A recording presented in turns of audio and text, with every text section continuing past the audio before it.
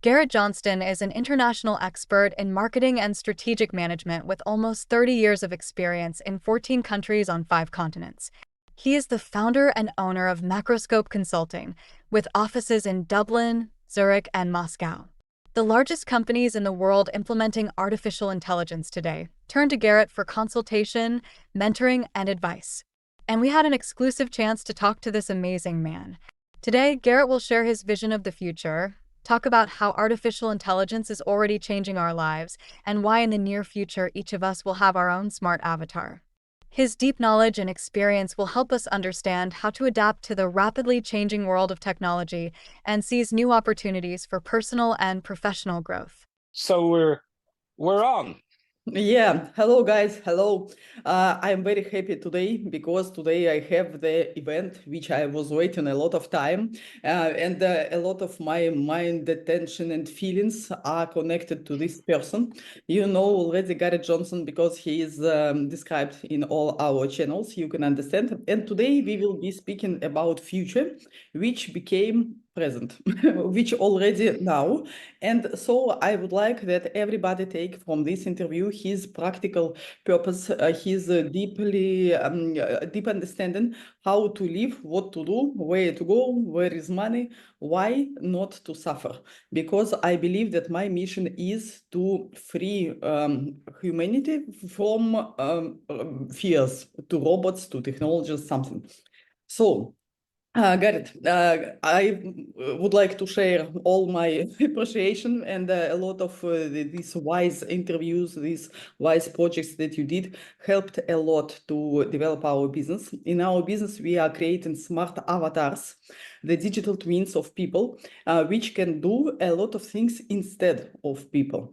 For me, of course, it's great. They can do instead of you. You can delegate without salaries, without thinking about social insurance and so on. But a lot of people are scared that maybe robots will be instead of us everywhere and they will have all what we have.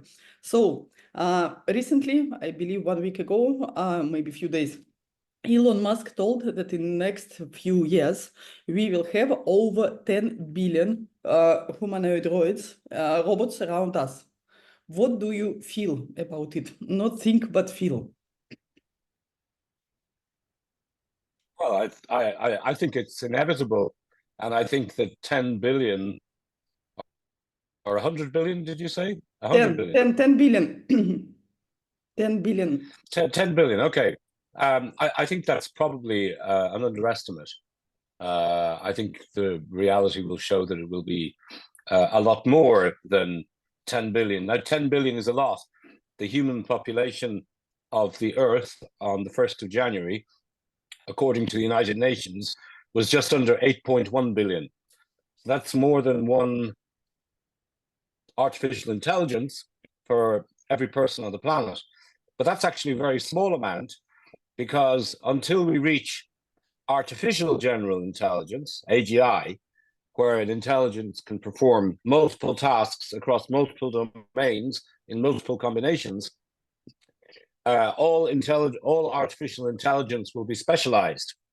So there'll be artificial intelligence that specializes in career guidance, artificial intelligence that specializes in language translation, artificial intelligence that specializes in support, business decision support, and thousands of other categories. So if you take into account that you need many different types of specialized artificial intelligence to begin to approach a person, a human being, then you realize that 10 billion is nothing. Really, we're more likely talking about trillions, so thousands of billions. Okay. And this is a natural evolution, because if we go back to the 1960s, if we go back 50 years, and you read, maybe one can be skeptical, but if you read the memoirs of Bill Gates, who talked about when he was a kid getting access to the mainframe computers at nighttime to run his programs for an hour or 45 minutes. And it was difficult to get access to mainframe computers. even in the developed United States, because at that time the prevailing climate was many people, few computers. Nowadays, we talk about many people and many computers. And the next stage is, relatively speaking, few people and many computers. So it's a reversal of the situation 50 years ago. For every person on the planet, there will be thousands, tens of thousands of computers, of separate artificial intelligence. Sorry for interrupting you, but what do you feel about it? Of course, this is our reality, but how are you inside? Are there any fears, or you are amazed? Or no fears? No. More like excitement, because these artificial intelligences can be compared to a spade in the hands of a gardener. So you have a gardener, he has a spade, and the spade enhances the gardener. When he uses his arm muscles to dig the soil, not his fingers, but he uses an instrument, his productivity increases enormously. So I see artificial intelligence really not as something separate, but as a source of augmentation, improvement, strengthening of the human. I don't see it as a replacement. I see it as an enhancement, a strengthening. I'm totally agree. And because of this, I think there is only one dangerous approach: not to touch artificial intelligence, to be scared, not to dive in it. It means that we will have the people who are using a lot of artificial intelligence tools, who are using a lot of robots, and people who don't want to do it, so they will be more weak. So to my mind, one dangerous position is just to try be far away from the things which are already ours, which are already became our reality. But you started to speak about AGI. What do you think, AGI or superintelligence? What is the difference? Do you know about it? So what we will have in next years? Well, there's a very interesting book by a Swedish researcher, a guy called Nick Bostrom. I believe he lives in the UK. I'm not 100% sure. So he wrote a book a couple of years ago called Superintelligence: Ways, Paths, and Dangers. And he points out some obvious dangers of an artificial general intelligence or a superintelligence. And one of the examples he gives is what's called the paperclip problem. So he hypothesizes you have a super intelligent artificial general intelligence, and you tell this artificial general intelligence to make as many paper clips as possible. Okay. And the artificial general intelligence starts with the existing paperclip manufacturers. He makes them more efficient. He makes them 24-hour. He boosts their productivity. But then that's not enough, because he's been told to make as many paperclips as possible. So he starts converting people into paperclips. He starts converting buildings into paperclips. The entire planet becomes a factory dedicated to the production of paperclips, and humanity dies. And this is an example given by Bostrom of where the artificial general intelligence could go wrong, primarily because it is badly programmed. It's been programmed to do something, and no nuance has been programmed into the instructions. He's been told, make as many paperclips as possible, and he executes that with 100% effectiveness and 100% efficiency. Unfortunately, because the programming was of bad quality and there were no barriers in the programming, it ends up that you and I also become paperclips. And it's not possible to stop it. And it's a good example because it's theoretically possible. What's much more that is a real danger, the paperclip conundrum. the paperclip dilemma. If we have an AGI, the bigger question is, will we have an AGI?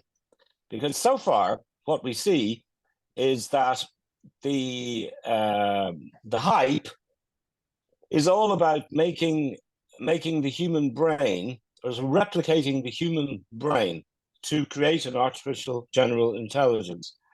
And obviously, in the human brain, you have neurons and you have synapses that connect all the neurons together. And the thinking is that if you can create a computer with that many neurons and that many synapses, you create something akin to an artificial general intelligence.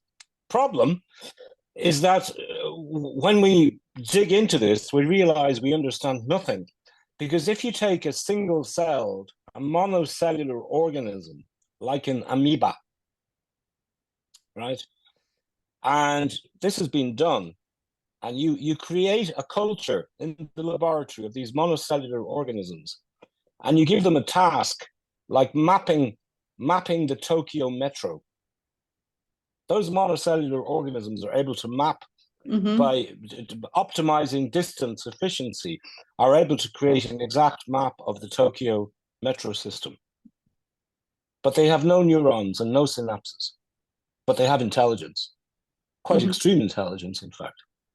So and nobody knows. They do it in totally other way. But Garrett, returning to this danger, now you touched one of the biggest fears of a lot of people, that maybe robots will be crazy, or maybe they will decide to damage us and create this worst scenario. You described it with a lot of colors, but you are still not scared. Why? Oh no, I am scared, but I'm not scared of the robots. I'm scared of the humans. Me too. So they are always I'm not scared I'm not scared of the robots at all. I'm scared of the people who program them. But about paperclip's problem, what if it will happen? Why you are not scared about it? Well, I am scared about it, but that assumes that an artificial general intelligence can be created. And here I have doubts. Okay. Here I have doubts because we do not understand how a monocellular organism with no neurons and no synapses can. I'll send you a link to the YouTube video which shows how this was done. So you can see what monocellular intelligence looks like. It's impressive. And nobody knows how that works. Nobody knows how dreams work. Nobody knows how the mind works. So we're like little kids playing with an aircraft. We understand in general terms something, but we don't really have a clue. But the robots or the artificial intelligences, until we get to AGI, are not inherently good or bad. But the people who program them, they can be very bad. This is the second fear which is existing in the mind of a lot of people. So generally, when people told me that they are scared of robots, and I was surprised why, always there are two opinions. One, that the artificial intelligence itself can be crazy and would like to kill us, or to kill humans. Okay, it is one fear, we spoke about it. And another one, that maybe bad people or maybe governments or some authorities, they will be using artificial intelligence, which is neutral itself, but in the hands of bad people, it can damage other people, or it can manage other people's lives in the way which they would not like. So, yes, to my mind, and this is what we need to be afraid of. We don't need to be afraid of the robots, but we need to be very afraid of their programmers. How can we protect ourselves? How can we protect ourselves? I don't know. Because you have to remember that we talk now about artificial intelligence because it's a hot topic, but artificial intelligence has been used for a very long time. In the Second World War, which is 80 years ago, the Germans had a machine, the Nazis, they had a machine to make their communications encrypted. It was called the Enigma.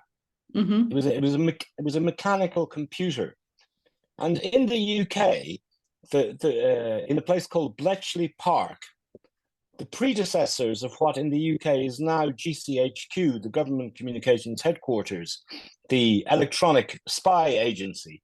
The predecessors of that agency created computers. They called them bombs, not bomb like B-O-M-B, but B-O-M-B-E. Alan Turing, who is now on the, I believe, the £5 note of the UK, led those efforts to create a computer to decrypt Hitler's communications with his generals. It was successful. They were able to crack the cream of the Nazi cryptographic mathematicians, and they were good. Don't forget, German was the language of mathematics and physics until very recently. They were good. And they created computers that could do that. When the first planes, the first jumbo jets began to fly, regulating the airspace was all done by computers, even in the 50s. Your tax returns were done by computers already in the 1960s. So governments have been using artificial intelligence for many, many, many years in order to achieve their objectives, whatever those objectives are: management, control, spying, you name it. So today it should be more glad, because today artificial intelligence becoming used by a lot of people, not only by governments, but ordinary people. They can use in our lives. So we should be happy about it. Yeah, well, to a certain extent, it levels the playing field. So so what's happening is not that artificial intelligence is coming, but the democratization of access to artificial intelligence is what is new. Because before, artificial intelligence was something in the hands of governments and very large companies. But I see over the next 10, 15 years, I see this balance changing, because more than likely, every business and every citizen will have their dedicated artificial intelligence resources. And that changes the whole world, because up to now, imagine, for example, that you have in 2030, you have a personal artificial intelligence assistant in your pocket, a supercomputer in your pocket. And that supercomputer, you pay a fee, like you pay a fee for your mobile phone. You pay a fee, a monthly subscription, and that artificial intelligence works for you. What does that mean? That means when you go shopping, if you need, I don't know, glasses or earphones or chocolate or clothes or whatever it is that you need, that artificial intelligence will figure out, of all the billions of products in the market, which of those products really suits you the best, is ideal just for you. And that means the death of advertising. Advertising is finished because it's no longer needed. Because what advertising does, advertising manipulates reality for corporates to convince people to buy their products. But you see many situations, even most situations, the products are crap, but the advertising is good. And people buy crap products because they see good advertising. But if everybody has their own individual artificial intelligence, the advertising doesn't work anymore, because the artificial intelligence will tell you to buy a product that doesn't even do any advertising. It doesn't need to do any advertising. So for business, to put this in practical terms, I work as a business consultant. I tell all my business customers, build your business strategy based on the assumption that marketing and advertising no longer work. It's over. What does that mean? It means you need to have beautiful products and services that are so good that they sell themselves. So it's the end. So the very, very important thing, it's the end of advertising. It's the end of marketplaces. What is a marketplace? A marketplace or a platform is a place that brings a multi-sided market together. It brings buyers and sellers in one place, and it takes a fee for mediating between the buyers and the sellers. But if I go to a marketplace and I say toothpaste, it will offer me toothpaste, but it will offer me the toothpaste that is good for the marketplace. It will not offer me the toothpaste that is good for me. Mm-hmm. But once I have my artificial intelligence, who knows my mouth, who talks to my toothbrush, right? And he says to me, there are 29,662 brands of toothpaste, and this one is the best one for you. This one. Karen, about you, Gareth, but yes. what do you think time-wise, when we will have this situation without advertising? How many years or maybe months? Okay, it won't be without advertising because there are some decisions where a computer cannot help. So, for example, perfume. Is this perfume nice or not nice? Who knows? So you will have certain industries, some luxury industries as well, like a Hermes scarf, right? Some luxury industries, advertising will remain, but it will become a very minority thing. But for most industries, let me put it to you this way.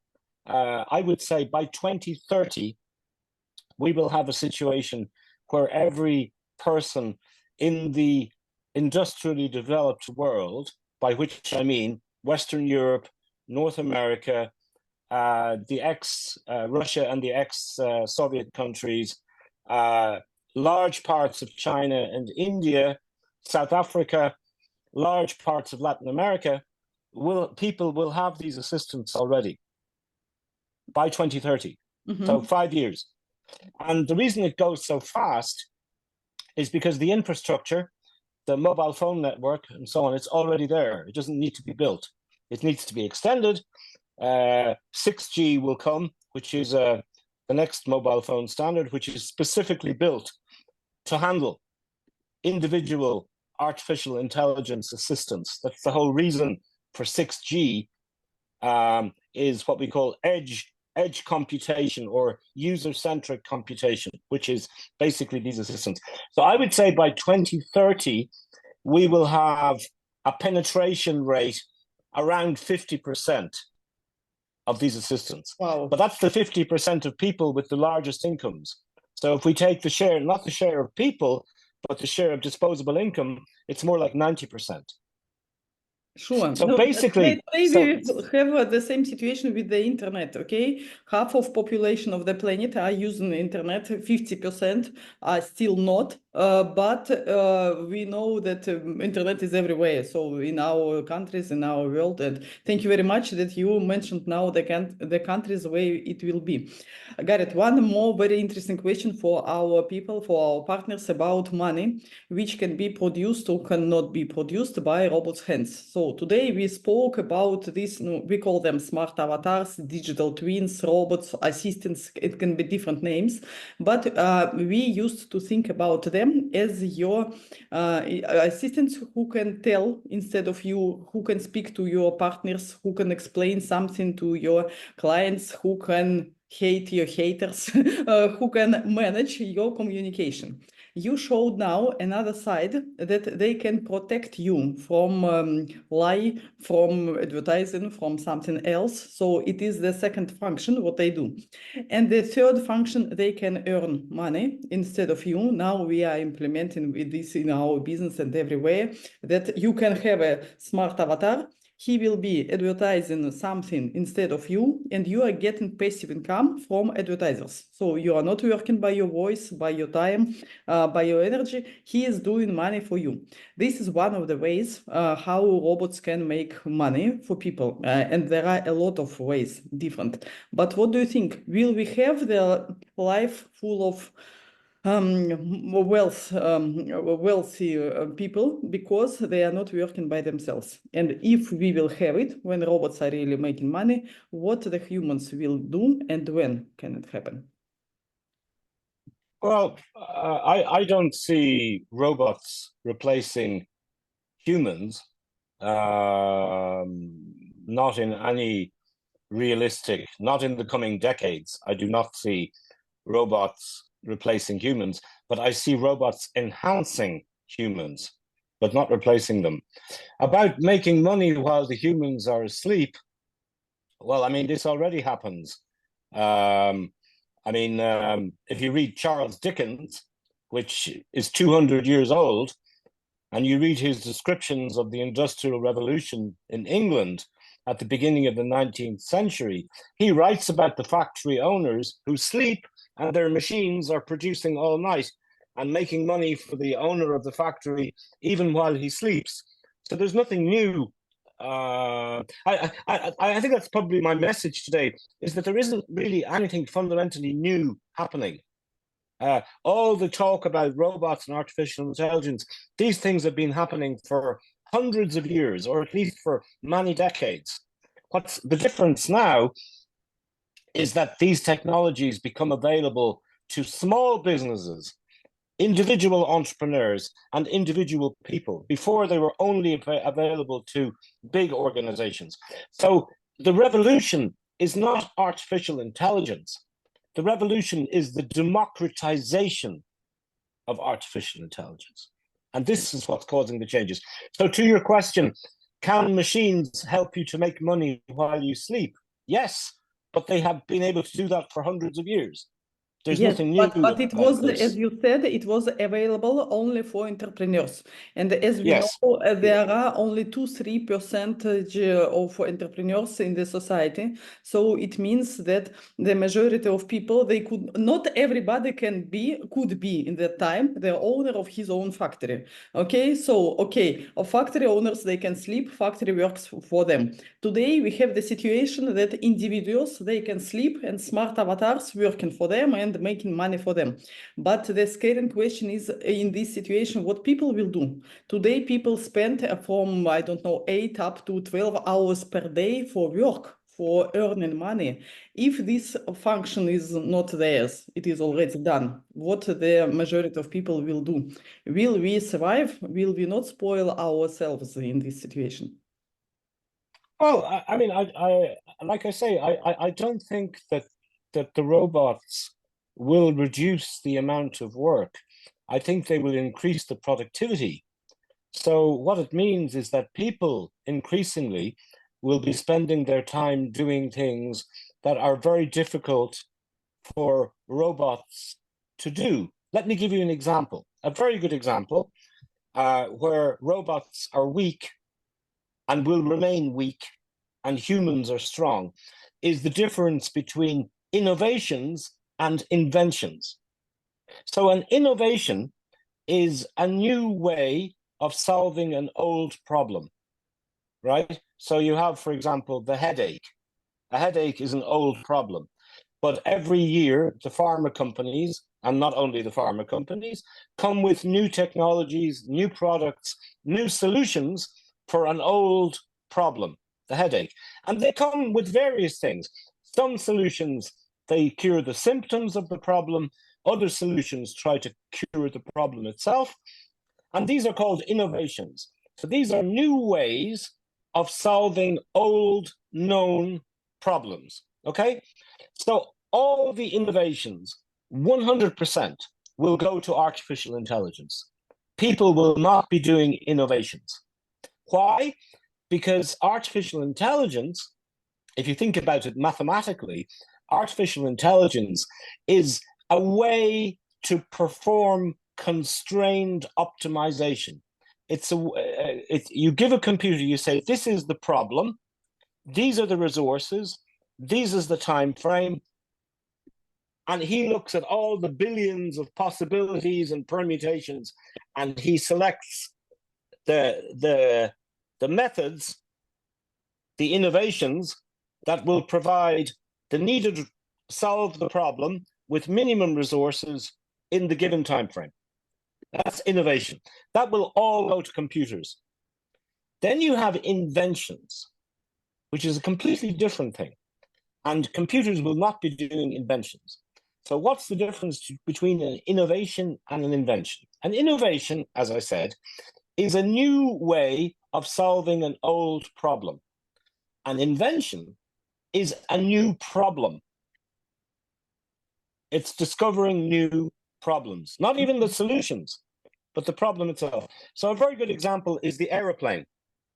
So the first aeroplane, according to the American and European versions of history, okay, the first aeroplane which worked, which was maneuverable, was created by two American brothers, Wilbur and Orville Wright, I believe in 1903.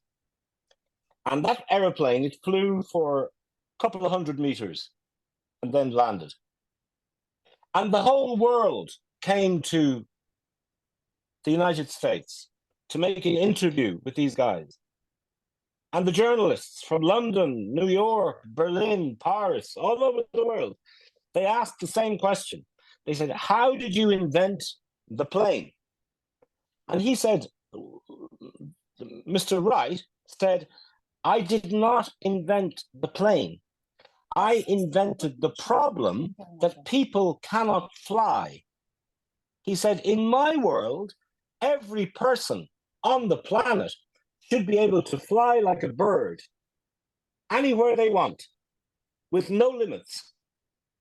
And for me, he said, the fact that this is not possible, it is painful. It makes me a pain that people cannot fly.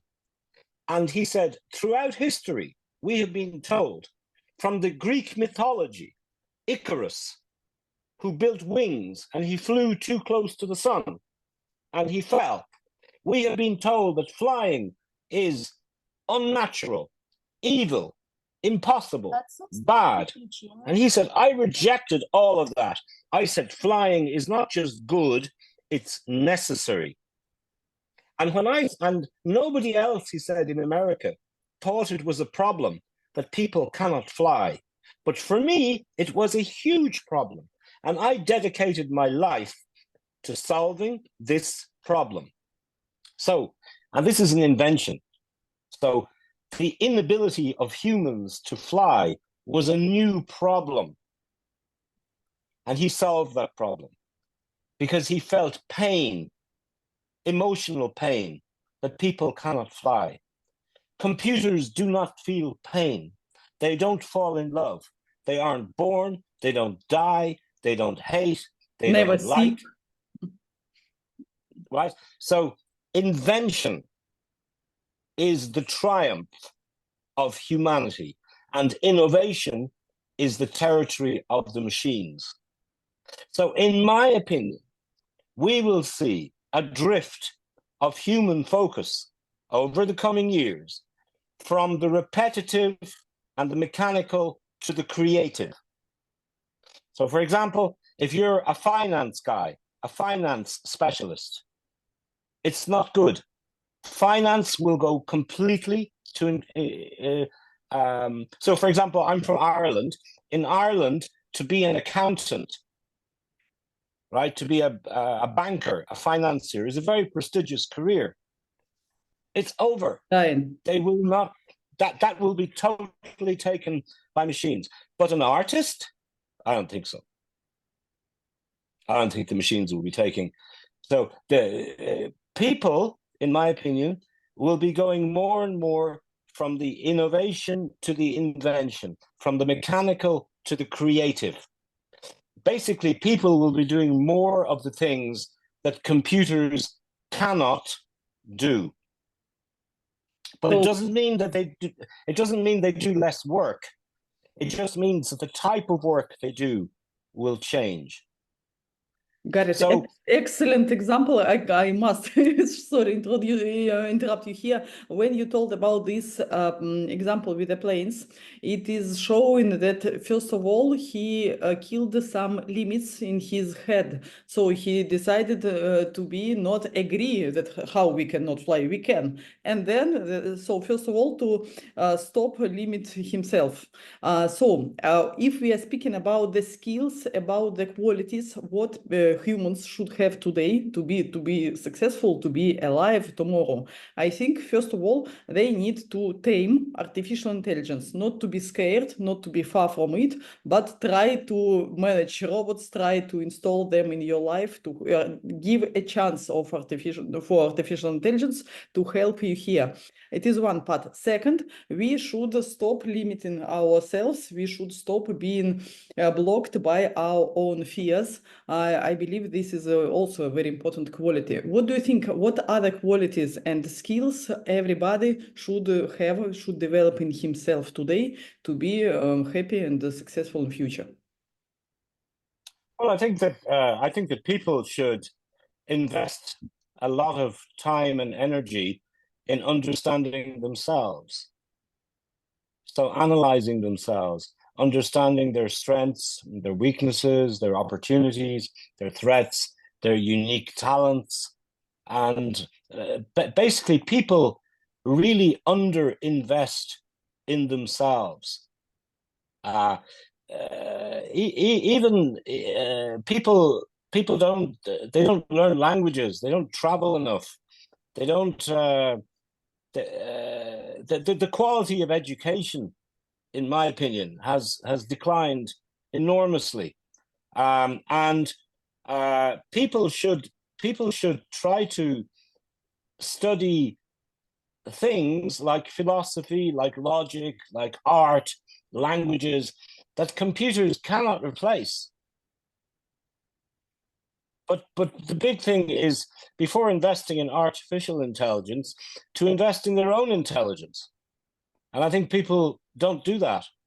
They don't do, but there are very skeptical opinions that maybe today we no need to study. I love study languages. I love read a lot of books, but I know a lot of people who told, why should I study a language? Because today I can ask Elon Musk to put me some chip in my brains and I will be speaking Chinese and Arabic in the same moment and without any problems. So if I would like to know something, why should I study a lot of books? I can just put this chip and all this information will be in my brains. So some people trying to be not ambitious, lazy, because they believe that they can just swallow it. Oh, okay. First of all, if you're talking about the Neuralink implants from Elon Musk, they are not intended to give you skills. But they can be. Yeah, but I mean, if you learn to speak Chinese, it's not just a matter of knowing words. You need to know the history of the Chinese. You need to know the mentality. You need to know the traditions. You need to know the etiquette. You need to know the poetry, the art. You need to have a 360-degree appreciation of the culture. The words themselves don't mean very much. What matters is the context. So even if Elon Musk, as you say, can put me a Chinese chip in the brain and I can speak Chinese, it still doesn't mean that I understand the Chinese people, Chinese business, Chinese strategy, Chinese thinking, Chinese futurists. None of that is there. So, I mean, I would say that I would say that building a deep understanding of the world around us is something that computers will not be able to replace. And that understanding, by the way, is also the source of creativity. Mm-hmm. The creativity doesn't happen on its own. It happens because people learn, and when they learn, they find out things they didn't expect. And when they find out things they didn't expect, a light goes in the head and says, oh, wow, well, if that is true, then this is true. And if this is true, then this is true. So I would say that the primary priority for professionals in the next 10 years is not to invest in artificial intelligence, but to invest in natural intelligence, invest in expanding their deep understanding of themselves and the world they live in any sphere, because that understanding is the source of creativity. It's the source of the things that computers cannot replace, physically cannot replace. But very few people talk about this. They think of the artificial intelligence as, you know, the new Jerusalem. It isn't. First of all, it's not new, and secondly, it's not a Jerusalem. It's not a solution to anything. It does change the world, but it's created by people. Artificial intelligence is created by natural intelligence. And if I was, my advice to your listeners is focus on you, focus on your level of natural intelligence and try to expand that. In some cases, that may mean using artificial intelligence for certain things, for certain tasks. But really what you need is not a plan how to implement AI, but what you need is a plan how to expand my own intelligence. Because people have become dumb in a way. I got it, but also very interesting how to expand the desire to have a lot, because okay, there are a lot of people who are ambitious naturally from no, they were born like it, and there are a lot of people who are doing today something just because they need. They go to work, they arrange something in their life just because they need something to survive. But if they will have this basic income, or if they will have the conditions of their life where they can relax, they will relax. So I believe to develop ambitious in yourself, it is very important also skill. It is a must in our century. But maybe there are some people who prefer just to lie down and enjoy the sun when they are not when they have no obligations to work, when they are fulfilled by being safe, have food, arrange everything for their life conditions.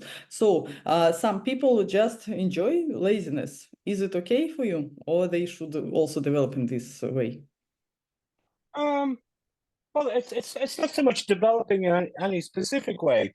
It's more a question to the education system in the country that we talk of. There are many different countries, many different education systems.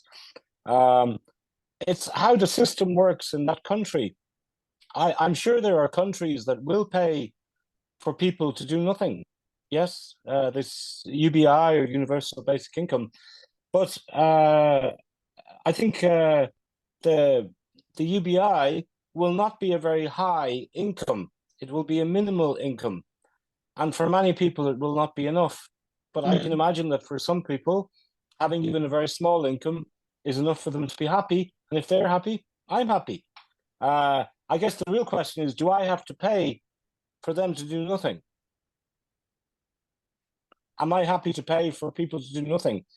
It depends how many of them there are. But I can imagine there will be quite some resistance to paying a high minimum income for people. But I can imagine we already have a low minimum income, at least in developed countries. We have unemployment benefit, we have unemployment assistance. There are many millions of people in Western Europe who do nothing and get unemployment assistance. Sometimes they do nothing because they're disabled. They can't do anything. Other times because they live in areas with high unemployment. There are no jobs, but they're not willing to move to the places where there are jobs. You know, there are many individual situations, but I can't. If the universal basic income is low, it means it won't be enough to survive, and people will have to work. And if the universal basic income is high, I think it will be unaffordable. But listen, there are a lot of people who would be okay to receive $1,000, $2,000 per month. They can have some house rented or their own, but not very luxury. They can have food, and it's okay. For them, it's okay. They can just switch TV channels and lying down playing some games, and that's all. So 2,000, it is affordable. No, it is not high to. Okay, but you are in Cyprus, right? Which is a country where the prices are not very high. I'm from Ireland. for $2,000 a month in Dublin, you can't even find a room. $2,000 in Dublin is not enough to survive. You would need four. And I just talked the Irish reality. Ireland cannot afford to pay $4,000 a month to millions of people. We go bankrupt but tomorrow. these people, they can move to Africa or to India where Yes, they can, but if they don't live in Ireland anymore, then they lose their benefits. Yeah, no, sure. So it is also about desire, if they want or not. Gareth, you spent a lot of energy, time to explain about artificial intelligence and to give some examples how it can be implemented in our life, what it can be to predict future. What drives you? Why you invest a lot of your own to give people this understanding? Why do you promote it in some way? Because I believe that the future is not artificial intelligence. I believe the future is non-artificial intelligence. I believe the future is the triumph of the human spirit. And for me, the role of artificial intelligence is a way to make human beings better, stronger, happier, wealthier, and so on. And that's it. So my role is the triumph, victory of non-artificial human intelligence. Excellent mission there, but can you give please few steps of what you would wish recommend to everybody what to do exactly now after our interview? So what a person should do to arrange artificial intelligence tools and the possibilities in his life and to become the best version of himself to develop his life. Maybe 1, 2, 3, 5, some steps. Well, I think there's an excellent Japanese methodology called Ikigai, Ikigai. I would recommend that every person, you can buy, there are many books how to use Ikigai, buy a good book and take themselves through the Ikigai process. The Ikigai process asks questions like, where are my strengths? What does the world need? What do I love to do? And so on and so forth. It's a way of structuring your own unique intelligence, culture, spirit, and so on. So I wouldn't spend any time at this stage on artificial intelligence. I think the thing that our listeners need to do is to understand their own intelligence and to make a plan for developing that intelligence. And as I say, I think the Ikigai method is a very good one. I would start with that. So I would really recommend that people take time to study themselves. So I think Ikigai is a very good method. There are others, but that's the one that I know, and I see that it works for people. I think the second thing is just to be aware of what is happening in robotics, in artificial intelligence, and in fact in technology in general, in your specific area. So, for example, if you are a stamp collector, or you are a chef, or you repair washing machines, or you're a translator, or you paint houses, or you build cars, or whatever it is that you do, it's very worthwhile reading about the startups and the technologies that apply specifically to your industry. As I said at the beginning of the interview, because we don't have general intelligence, AGI, what we have at the moment is very specific intelligences for specific tasks, specific applications, specific industries, countries, specializations, and so on. So to understand, have a good understanding of what is happening in technology, in artificial intelligence, in your specific area of specialization, because there are things happening everywhere. I was actually just last week. I was working with a client, and just by chance we spoke about his in Vietnam, and we spoke about his hobbies, and his hobby is he collects coins. He's a numismatist. He collects old coins and banknotes. And we looked together and we could see in the area of old coins and banknotes, there is a wealth of artificial intelligence and technology startups. Amazing amount. And he knew nothing about those. And this is a very smart guy. Okay. So not only did he not know, he didn't know that he didn't know. You see what I mean? Yes, Yeah. this is universal. So self-education about what's happening. I wouldn't limit myself to artificial intelligence. Just technology in general, trends in general, what's happening in my specific industry, and to be very aware of that. I think those are the two things that I would focus Got it. on, But just to keep it in our simple. audience, there are a lot of people who are deeply involved in MLM business. They are developing the MLM business. And my idea is what we are doing now, what we are arranging, so that, guys, you can delegate your work, development of your MLM network, the development of your MLM business. You can delegate it to robot, to smart avatar. Let him do it, and it will free your time and your energy, which you can invest in understanding yourself, in development of new visions, in creating new things. So to delegate money making to robots, not as a goal, but as a tool to take yourself out from this process. So, and Yeah, I mean, MLM, or multi-level marketing, okay, is a business model. It dates from the 1940s. And MLM companies like Oriflame, Mary Kay, and so on, that it's a pyramid type business, and it's built on personal relationships. So the classic situation: housewife takes Oriflame cosmetics, invites 20 friends to her home, demonstrates the cosmetics. The 20 friends become agents, bring 200 customers, the 200 bring 2,000, and so on. But it's built very much on personal relationships.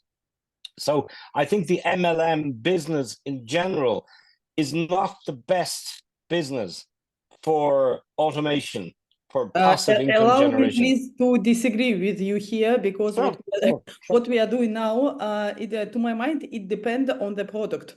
If, for example, it is something like you told, perfume, or something which you need to explain to show people, maybe you need to have human to human contact. But today, what our smart avatar can do, it can sell the products of our partners. We have two partners, one cashback aggregator. They just are working with more than 150,000 shops globally, and you can take cashback from your own shopping. Don't change your behavior. Just buy what you used to buy every day, and you are getting some money back. Money as a real money, not like bonus, like points, something, but in euros, you are taking back. So, and another one, it is crypto bank, which gives you card where you can put crypto and you can pay in offline, online shops everywhere. To my mind, I have no need to have a personal touch to each person, explain him these products, because my smart avatar can suggest you, would you like to have a crypto bank? If you like, if you use crypto, you tell yes and you start to use. We can be totally without any contact. If you would like cashback from your shopping, you have it. If you not. So, and in this moment, the practice shows that smart avatar can work day and night in 58 languages without any problems. He will not be tired. But Okay. me, I am limiting myself if I will not use it. Okay. All right. Yeah. Okay. I think what I'm talking about, the classic MLM business is a personal relationship business. Obviously, as you say, there are new types of MLM business. If you don't have a personal relationship, then yes, I think you can build a passive income by automating, like you say, while you sleep, automating and delegating certain tasks to artificial intelligence. Yeah, but classic MLM. Today, my smart avatar can be selling the products, arranging money, and Very I have good. time to have interview with Garrett. So I would like I would like to invest my time in people whom I admire, who make me excited. And in this moment, no, there are some assistants, digital ones, they can be. Yeah. And is in my own experience, the robots gave me one very interesting thing, and I love them for this. They cannot betray you. So people, they can create for you different things, but humans, you need to choose them, which you would like to have in your life, according to your values, according to your principles or not. And robots, they can just make their work without any problems. So the mood, Yes. the desire they gave. Yes, but robots can be hacked. Maybe. Well, Definitely. how to be protected? But humans can be hacked also as brainwashing. So it's both. But like I said, I wouldn't be worried about the robots. I'd be worried about the programmers. Okay. That would be my The best scenario to protect yourself, be a programmer of your own life. Yeah. pretty much, yes, yes, yeah. Design yourself. Know yourself, as the ancient Greeks said, to know yourself. Thank you very much, Garrett. Thank you very much that we shared today a lot of these visions and ideas. I believe that our people can today understand more where we are going, what we will have. And I'm thanking God every day that I was born in this century where we can have all these miracles, where we can take it to our hands and improve our life how we want. Thank you very much for this interview. Thank you very much, Olga, and I will be looking forward to seeing more of you, have more chance to talk in the future. Yeah, thank you.